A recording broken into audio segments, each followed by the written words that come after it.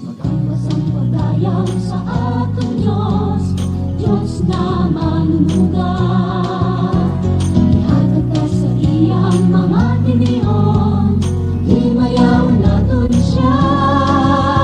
Sa atong napagtuo kag pagsalig, nagakalipay siya.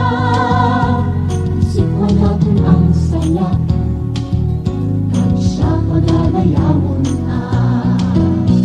Si Kristo ang nagkari sa pagluwas sa aton.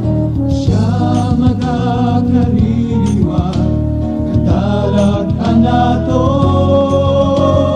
Ang basang pagdayang sa atong Diyos, Diyos na manunugad. Ihatag ka sa iyang mga tinihon, himayaw naton siya.